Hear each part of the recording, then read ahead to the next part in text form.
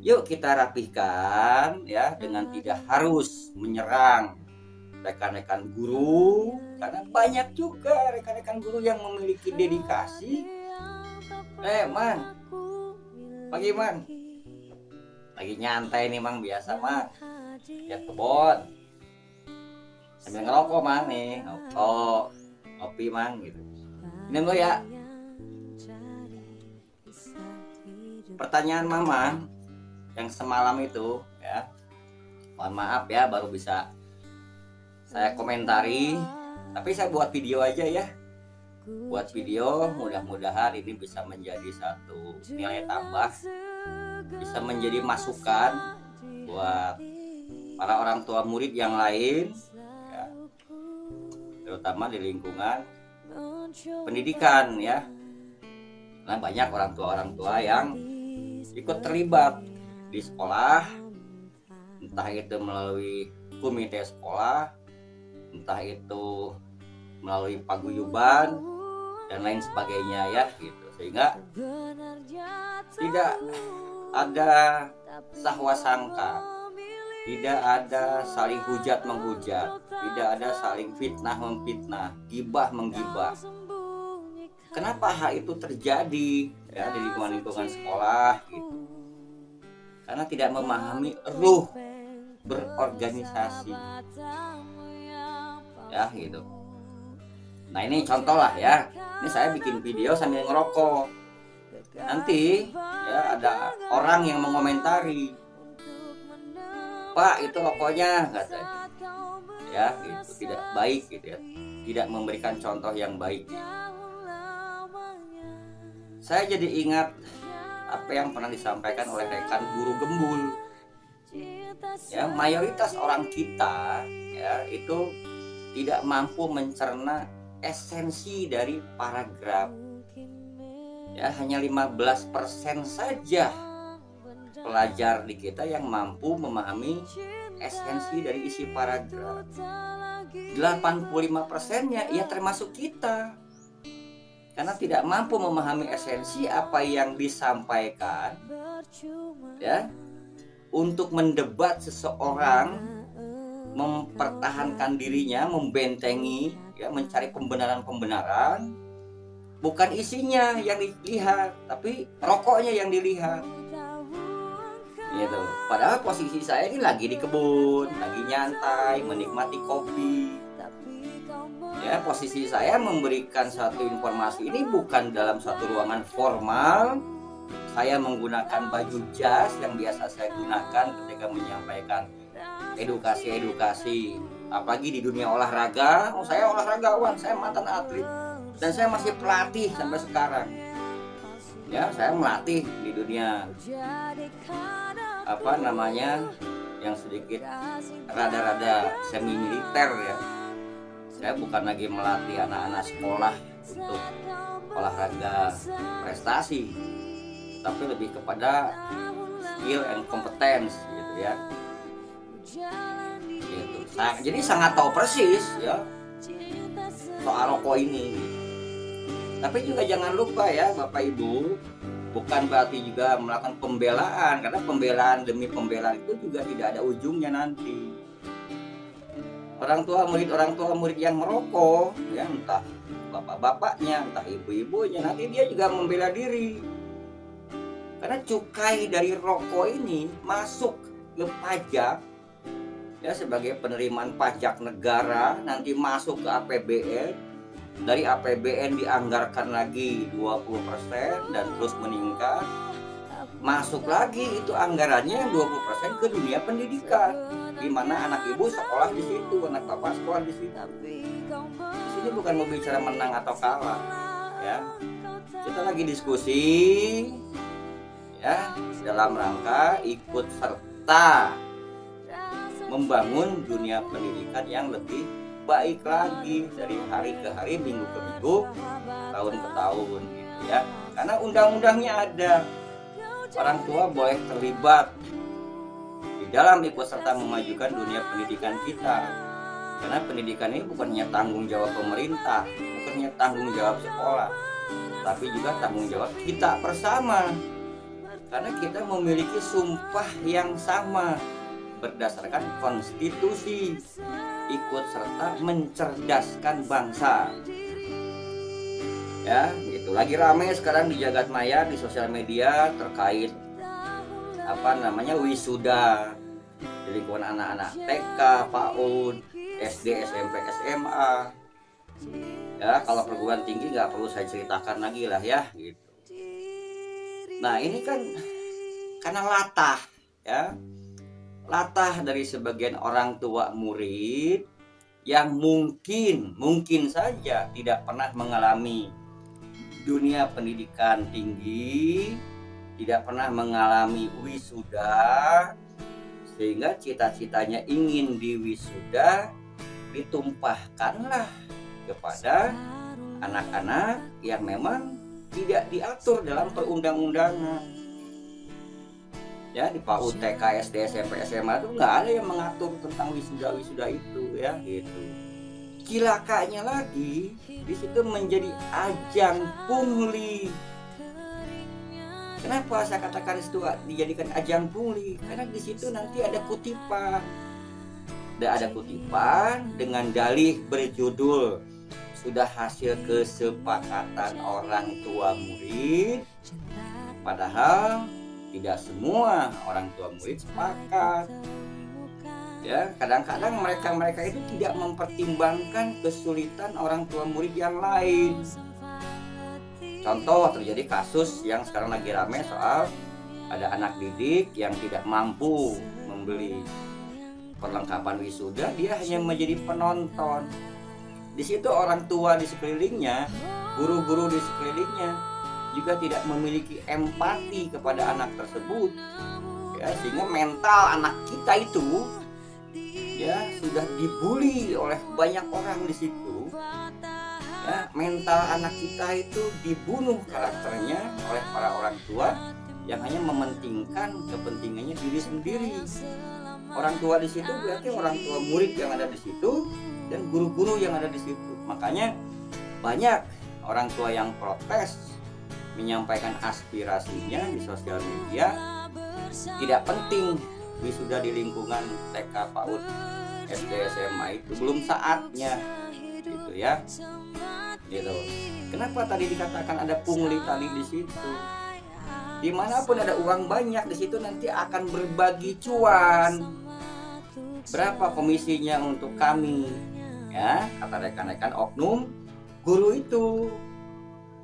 Berapa selisihnya yang kita akan bagi-bagi? Kata rekan-rekan orang tua murid yang terlibat nanti dalam kegiatan-kegiatan itu. Apalagi di lingkungan SD, SMP, SMA ya, dia sewa gedung lah, ya, sewa properti berbagai macam lah, sewa macam-macam lah ya, kata orang Sunda selalu paning gitu ya. Kan tragis gitu. Jadi pendidikan ini pun juga banyak ikut dirusak oleh oknum-oknum orang tua. Sekali lagi orang tua yang payunting gitu ya, latah gitu. Yuk kita rapihkan ya dengan tidak harus menyerang rekan-rekan guru, karena banyak juga rekan-rekan guru yang memiliki dedikasi, ya, rekan-rekan guru yang memiliki komitmen menjaga marwah pendidikan. Dia jaga betul sumpahnya, ya, sumpahnya itu diawali dengan demi Allah. Ya, saya garis bawahi, sumpahnya itu diawali dengan demi Allah. Dia menjaga profesinya sebagai tenaga pendidik yang mencerdaskan bangsa ini. Ya, gitu. Bahkan kan dulu cerita banyak kita kenal guru tanpa tanda jasa, gitu ya, gitu. Tetapi karena pendidikan ini menjadi bagian dari kita, ya, orang tua murid juga harus paham anak kita bisa mengenal huruf dan angka, bisa dia membaca, bisa dia menulis, bernyanyi, berdendang, menari. Itu guru pertamanya itu ibunya, dibantu oleh ayahnya, dibantu oleh keluarga yang ada di rumah itu, lingkungan itu, tetangganya. Bukan gurunya, karena belum punya guru. Ya, ketika dititipkan di sekolah dari mulai PAUD TK hingga SD, kadang-kadang orang tua ini merasa menjadi seolah-olah gurunya yang menjadi paling berjasa. Yang seharusnya mendapatkan hadiah itu bukan guru, tapi orang tua. Dialah guru pertamanya itu. Ibu ini madrasah pertamanya. Ayahnya itu kepala madrasahnya. Ya, guru di sekolah melanjutkan, menambah apa yang sudah diberikan oleh orang tuanya di rumah. Saya bilang ke teman-teman guru anak saya bilang, kalau lantaran bukan mengejar ijazah, ya, kalau saya bisa mencetak ijazah sendiri dan dinyatakan sah oleh negara, saya nggak akan sekolahkan anak saya ke sekolahan. Saya akan cetak, saya akan didik anak saya sendiri. Entah itu diajarkan oleh ibunya sesuai dengan kompetensi yang dimiliki oleh ibunya sebagai profesi di bidang kesehatan. Ya, apakah oleh saya sendiri? Nah, tapi ini masalahnya kan saya tidak diberikan wewenang untuk mencetak ijazah itu. Konsekuensinya kita titipkan kepada rekan-rekan guru di sekolah. Ya, apalagi sekarang PPDB, ya, SMA, SMK, SMP, SD tentu. Nah, ini di sini akan banyak permasalahan, gitu ya. Tahun 2022 sebelum keluarnya peraturan tentang seragam khusus, ya, ini saya pernah pertanyakan kepada rekan guru di tempat sekolah anak saya ini. Setahu saya, ini saya orang bego gitu ya. Setahu saya, seragam resmi itu putih merah. Jadi kalau ada seragam selain putih merah, seragam pramuka, seragam olahraga, ini dasarnya apa? Bukan uang 300 ribunya. Karena dunia sekolah, dunia pendidikan tidak boleh mengutip uang apapun dari orang tua murid. Ini sudah pelanggaran. Melanggar hukum, ada korupsi di situ nanti. Ada pungli di situ. Saya minta dasar surat itu. Dan surat itu sampai sekarang tidak pernah terbit. Karena dia tahu kalau surat itu akan menjadi bukti sekolah melakukan praktek pelanggaran hukum dalam dunia pendidikan. Ya, gitu. Bagaimana mensiasatinya agar seragam itu tetap tercetak? Akhirnya disiasatilah beberapa orang tua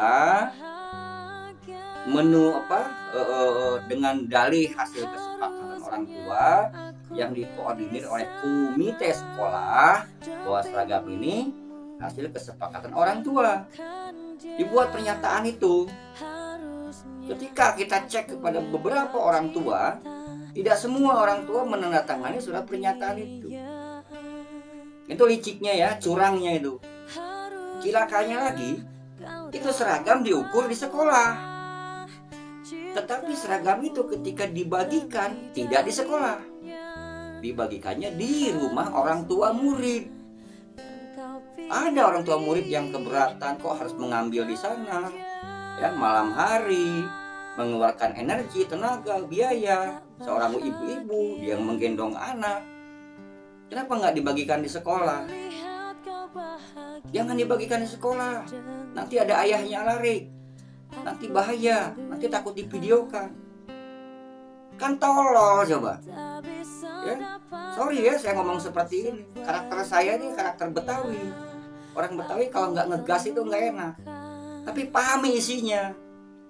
Ya, maksudnya orang tua murid yang sudah bersusah payah mencari biaya untuk anaknya sekolah, jangan mau diakali, jangan mau dibodoh-bodohi, baik itu oleh oknum orang tua murid yang menjadi kaki tangan oknum sekolah, maupun dibodoh-bodohi oleh pelaku oknum pendidik sekolah yang tidak berpihak kepada pembangunan pendidikan ini.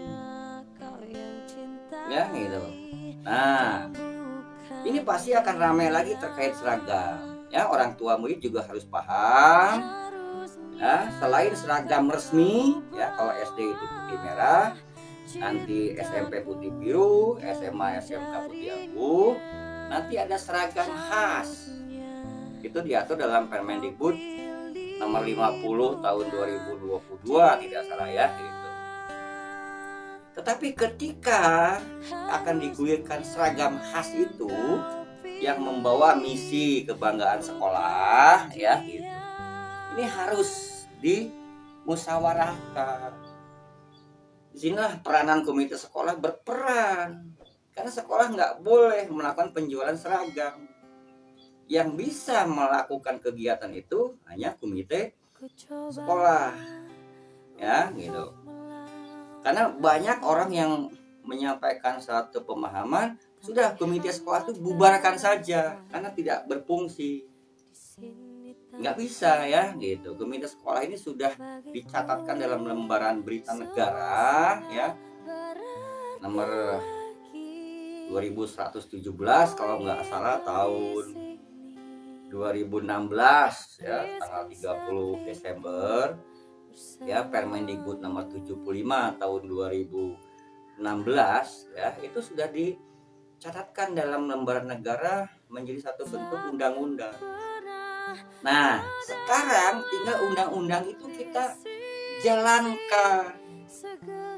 Kan cilaka kalau komite sekolah yang mulia, yang memiliki fungsi, tugas, peranan untuk ikut serta membantu sekolah meningkatkan mutu dan kualitas pendidikan di sekolah, tetapi para pengurus komite sekolah tidak memahami roh dari organisasi yang dipimpinnya, yang akhirnya orang tua muridlah jadi korban, guru jadi korban. Orang tua murid dan guru saling bersih tegang karena banyak orang tua murid yang tidak mau baca, rendah sekali minat bacanya itu, minat mencari informasi yang baiknya itu rendah sekali. Sosial medianya itu banyak dipenuhi oleh informasi-informasi yang negatif, informasi-informasi yang konsumtif, bukan informasi-informasi yang edukatif yang itu akan menjadi nilai tambah buat anaknya ya. Nah, rekan-rekan komite sekolah, karena pendidikan ini menjadi tanggung jawab kita bersama, Anda sebagai pemegang mandat berdasarkan undang-undang Permendikbud nomor 75 tadi, jalankan fungsi itu dengan baik, libatkan semua unsur sesuai perundang-undangan ya. Komite sekolah ini kan ditunjuk oleh kepala sekolah ya. Nah, ini rekan kepala sekolah pun juga harus melakukan fit and proper test. Jangan main asal tunjuk saja ya. Jelas-jelas orang tidak mampu bekerja, orang tidak ngerti berorganisasi, Anda jadikan ketua komite sekolah agar bisa menjadi alat Anda, alat untuk melakukan pungutan-pungutan, kutipan-kutipan kepada orang tua murid ya. Jadi ketua komite sekolah dan pengurusnya ini wayang saja, dalangnya itu oknum ya, oknum sekolah gitu ya, itu jadi dalangnya. Mereka dijadikan wayang, bego wayangnya, mau aja gitu ya, nambah-nambah dosa. Tapi kalau ketua komite sekolah yang memiliki integritas ya, banyak kok ya, pengurus-pengurus komite sekolah yang berintegritas itu banyak. Cobalah kita belajar dari rekan-rekan kita itu ya, dia baca perundang-undangan itu, oh saya bukan hanya sebatas membantu sekolah meningkatkan mutu pendidikan sekolah, tetapi juga saya menjadi pengawas bagi sekolah agar sekolah tidak melakukan praktek-praktek yang merugikan orang tua murid. Orang tua murid pun juga tidak melakukan praktek-praktek yang bakal merusak marwah pendidikan, merusak citra guru yang berdedikasi ya. Di dalam Permendikbud itu tertulis ya, kalau tidak salah di pasal 12 ayat B ya, bahwa komite sekolah tidak boleh melakukan kutipan kepada wali murid, kepada peserta didik Tetapi di sisi lain dalam undang-undang yang sama, komite sekolah pun dapat melakukan penggalangan dana. Nah di sini harus cermat ya komite sekolah. Jangan penggalangan dananya yang dipegang. Ya, larangannya dia nggak mau baca. Nah di sini akhirnya terjadi kontradiktif silang pendapat. Nah, pengurus komite sekolah ini di situ ada orang tua murid. Ya, di situ ada tokoh masyarakat yang peduli dengan pendidikan. Di situ ada pengusaha yang peduli pendidikan di dalam komite sekolah itu. Sudah punya sekretariat komite sekolahnya. Karena komite sekolah ini karena diundang-undangkan, berarti komite sekolah ini lembaga resmi. Ya, gitu. Coba kerjasama dengan pihak sekolah atau kerjasama dengan tokoh masyarakat di lingkungan sekolah. Pak, kita butuh ruangan untuk sekretariat komite sekolah. Fungsinya untuk apa? Ya untuk supaya komite sekolah bisa bekerja dengan transparan, bisa menerima keluhan-keluhan orang tua murid, bisa menjalin kerjasama dengan pihak ketiga, dengan pengusaha, dengan sponsor, dengan donatur, ya dengan catatan bukan perusahaan rokok, ya padahal saya merokok loh. Ya, dari rokok pun juga pajaknya besar terhadap dunia pendidikan lewat APBN. Ya, bukan partai politik, bukan perusahaan yang mengandung minuman beralkohol gitu ya. Nah, di luar itu kan komite sekolah bisa menjalin kerjasama dalam rangka penggalangan dana. Ya, buat proposal proyeknya. Nah, jadi ketika ada kegiatan-kegiatan di sekolah nanti seperti perpisahan, katakanlah tadi ya wisuda, kekeh pengen dilakukan juga kegiatan wisuda itu, anggarannya tidak meminta kepada orang tua murid, tetapi hasil kreativitas dari komite sekolah itu. Komite sekolah itu hadir di situ untuk memakmurkan, bukan menghancurkan. Rekan-rekan guru makmur, dia nyaman bekerja, semua perlengkapan alat-alat peraga pendidikan yang tidak dianggarkan oleh bos tetapi dipenuhi oleh komite sekolah. Anak-anak bisa belajar dengan baik, orang tua tenang karena komite sekolah berperan tidak menjadi alat untuk membebani orang tua murid dengan berbagai macam pungutan dan kutipan. Ya, di Bekasi lagi rame studi tour, di Bandung kemarin juga rame tentang studi tour. Nah, ini mau studi tour atau mau jalan-jalan? Anak saya pernah bikin video itu. Ya, studi itu belajar, diajar, tour itu ulin. Jadi lamun erek ulin rek diajar ulin, katen abi we, kurang maraban sapi. Ya, belajar di situ tentang bagaimana bikin pupuk sapi dari kompos, bagaimana ngasih makan, bagaimana beternak tentang sapi. Di sini ada kebun sayur, bagaimana bercocok tanam. Itu studi, tapi sambil bermain. Studi tur yang dilakukan dari zaman saya dulu itu bermain, bukan studi tur. Yuk kita perbaiki. Khususnya di kota Bandung, tempat studi sambil tur itu nggak kurang dan berbiaya murah. Ada PT Dirgantara, kita bisa lihat bagaimana membuat pesawat terbang sehingga anak-anak kita itu otaknya terangsang. Saya ingin jadi pilot, saya ingin menjadi engineer pesawat. Ya, bukan lagi nanti pulang studi tur cerita tentang ada sawah, ada kerbau, ya ada bapak petani, ada gunung, bukan lagi cerita itu. Tapi dalam benaknya sudah cerita besok saya akan jadi engineer pesawat terbang. Ya, ada PT Pindad, besok saya akan menjadi engineer persenjataan. Di situ sambil studi itu. Kalau di dewan atau di instansi tertentu, dia namanya studi banding. Ya, hanya beda nama, ya hanya beda casing aja, isinya gitu-gitu juga. menghabiskan anggaran yang nggak mesti, dan itu memberatkan orang tua murid.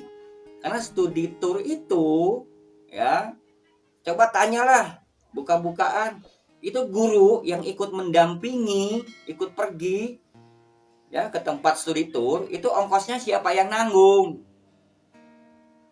Emang itu guru mau keluar duit sendiri dari gajinya? Itu akan menjadi beban kita orang tua murid. Jadi ongkos guru, hotelnya, makannya, oleh-olehnya itu nanti akan dibebankan kepada orang tua murid. Per kepala orang tua murid kebagian berapa rupiah supaya guru ini bisa berangkat. Ya, nah, kalau menggunakan IO, ya karena ini di atas 100 juta menggunakan IO kan? Gitu. Balik lagi, ketika anak-anak itu bisa berangkat, sukses diselenggarakan oleh IO, Bapak Ibu kebagian komisi berapa persen? Itu IO nggak mungkin nggak ngasih komisi. Taruhlah dari nilai project 400 juta, komisinya 5%. Ya udah kenyang pergi, kenyang oleh-oleh, bisa nginep di hotel, ikut studi tour, dapat lagi komisi 5% dari 400 juta. Terus itu komisi kemana? Ya gitu, itu halum lah. Tapi orang tua harus cerdas ya.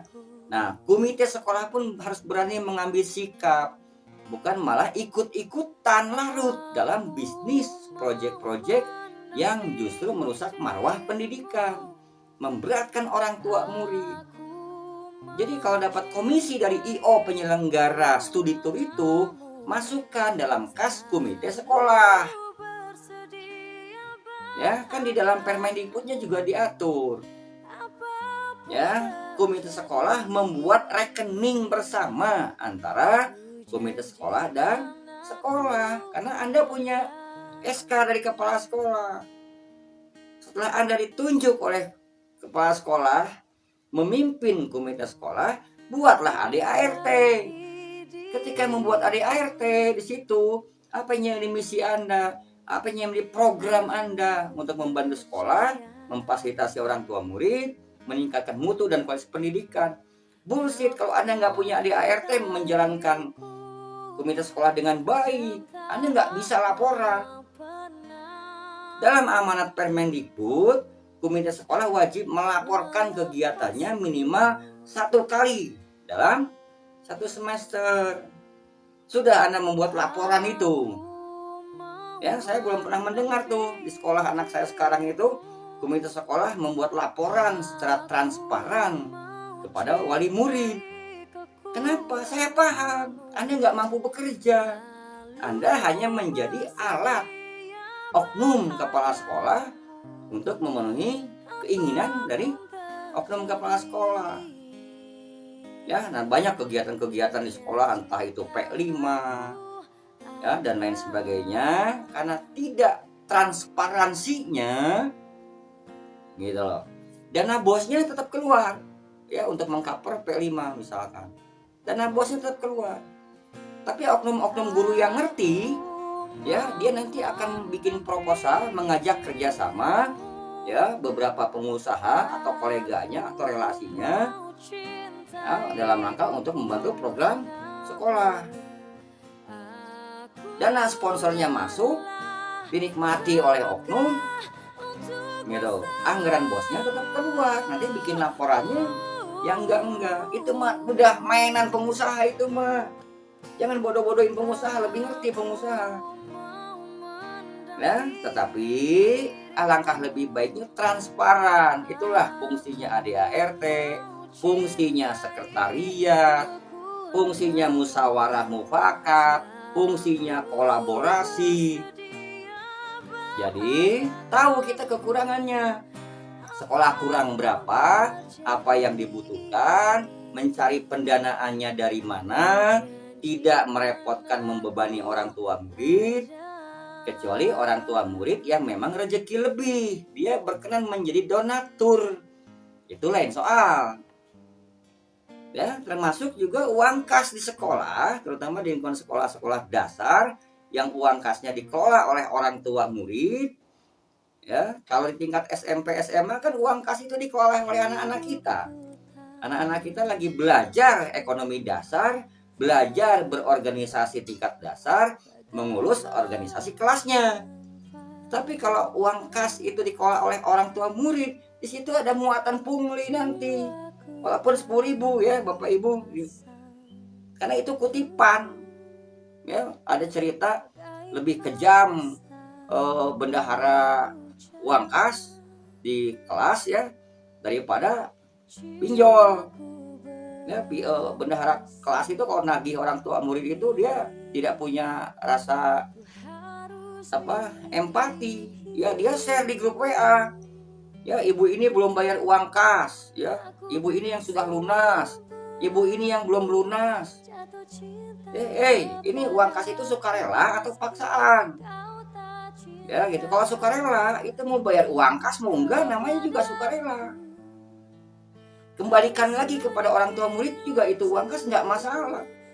Tapi kalau sudah ditentukan jadwal tagihannya, nominalnya, Anda itu pelaku pungli. Ya, saya belum aja melaporkan Anda itu. Bukti-buktinya saya lagi kumpulin nih. Saya lagi kumpulin bukti-buktinya. Ya, agar ketika saya membuat laporan pungli itu, ya, saya tidak melaporkan tanpa data, tapi melaporkan jelas ada data buktinya. Ya, termasuk studi tour, karya wisata gitu. Itu semua dikumpulkan. Bukan mau menjatuhkan satu pihak, bukan. Ayo kita benahi, ya. Ayo kita benahi bareng-bareng berdasarkan perundang-undangan.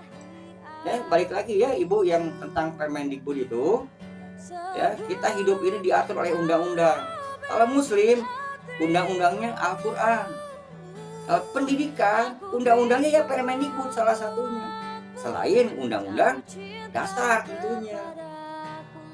Ya, nah jadi yuk kita benahi bareng-bareng ya gitu. Kerangkanya sudah ada sehingga tidak ada saling serang ya, orang tua ke guru, orang tua dengan orang tua yang lain.